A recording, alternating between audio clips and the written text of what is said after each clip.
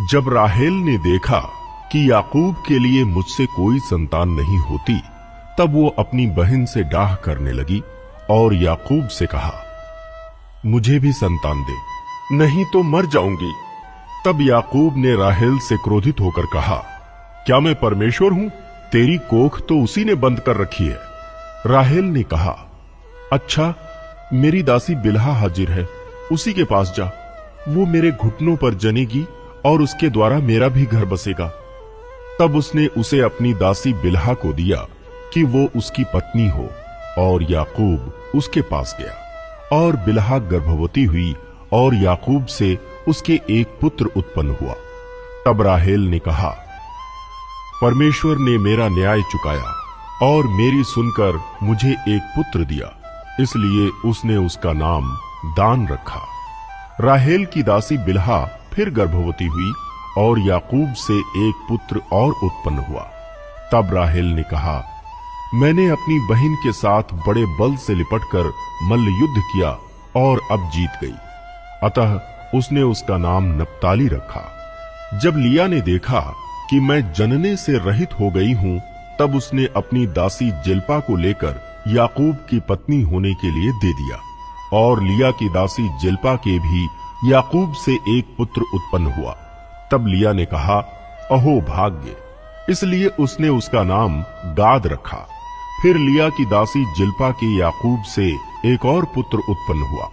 तब लिया ने कहा, मैं धन्य हूं, निश्चय स्त्रियां मुझे धन्य कहेंगी, इसलिए उसने उसका नाम आशेर रखा।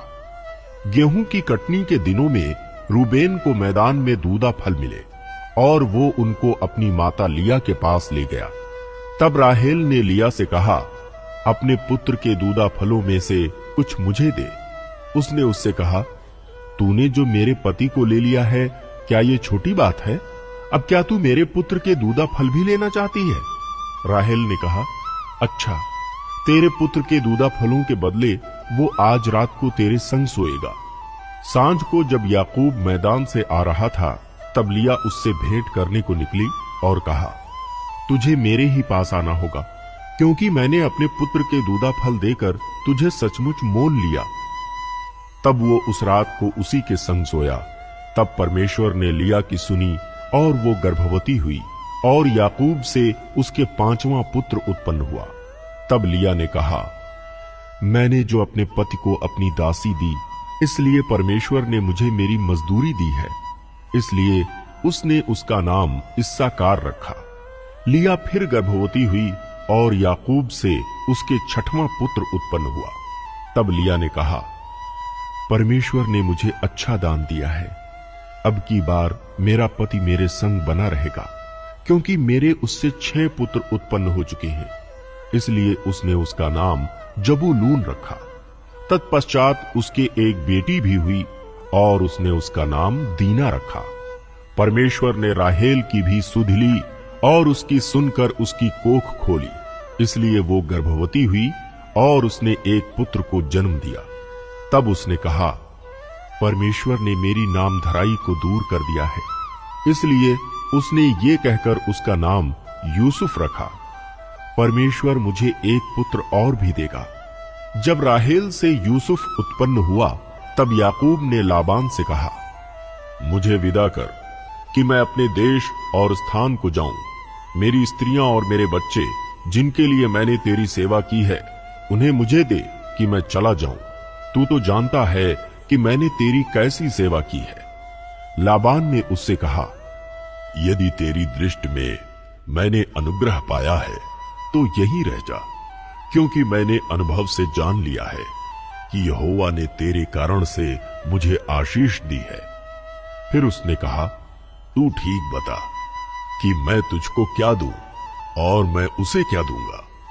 उसने उससे कहा, तू जानता है कि मैंने तेरी कैसी सेवा की और तेरे पशु मेरे पास किस प्रकार से रहे। मेरे आने से पहले वे कितने थे और अब कितने हो गए हैं, और यहोवा ने मेरे आने पर तुझे आशीष दी है, पर मैं अपने घर का काम कब करने पाऊंगा। उसने फिर कहा, मैं तुझे क्या दूं? याकूब ने कहा, तू मुझे कुछ न दे। यदि तू मेरे लिए एक काम करे तो मैं फिर तेरी भेड़ बकरियों को चराऊंगा और उनकी रक्षा करूंगा।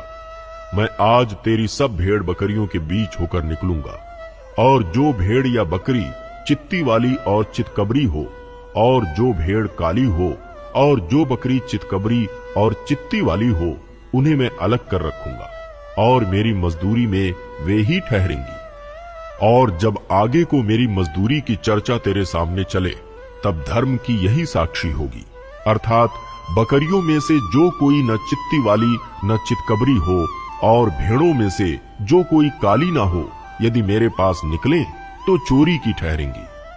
तब लाबान ने कहा, तेरे कहने के अनुसार हो। अतः उसने उसी दिन सब धारी वाले और चितकबरे बकरों और सब चित्ती वाली और चितकबरी बकरियों को, अर्थात जिनमें कुछ उजलापन था, उनको और सब काली भेड़ों को भी अलग करके अपने पुत्रों के हाथ सौंप दिया। और उसने अपने और याकूब के बीच में 3 दिन के मार्ग का अंतर ठहराया, और याकूब लाबान की भेड़ बकरियों को चराने लगा। तब याकूब ने चिनार और बादाम और अरमोन वृक्षों की हरी हरी छड़ियां लेकर उनके छिलके कहीं कहीं छील के उन्हें धारीदार बना दिया, ऐसी कि उन छड़ियों की सफेदी दिखाई देने लगी। तब छीली हुई छड़ियों को भेड़ बकरियों के सामने उनके पानी पीने के कठौतों में खड़ा किया, और जब वे पानी पीने के लिए आईं, तब गाभिन हो गईं। छड़ियों के सामने गाभिन होकर भेड़ बकरियां धारी वाले, चित्ती वाले और चितकबरे बच्चे जनी। तब याकूब ने भेड़ों के बच्चों को अलग अलग किया, और लाबान की भेड़ बकरियों के मुंह को चित्ती वाले और सब काले बच्चों की ओर कर दिया, और अपने झुंडों को उनसे अलग रखा, और लाबान की भेड़ बकरियों से मिलने न दिया। और जब जब बलवंत भेड़ बकरियां गाभिन होती थीं, तब तब याकूब उन छड़ियों को कठौतों में उनके सामने रख देता था, जिससे वे छड़ियों को देखती हुई गाभिन हो जाएं। पर जब निर्बल भेड़ बकरियां गाभिन होती थीं, तब वो उन्हें उनके आगे नहीं रखता था। इससे निर्बल निर्बल लाबान की रहीं, और बलवंत बलवंत याकूब की हो गई। इस प्रकार वो पुरुष अत्यंत धनाढ्य हो गया, और उसके बहुत सी भेड़ बकरियां और दासियां और दास और ऊंट और गदहे हो गए।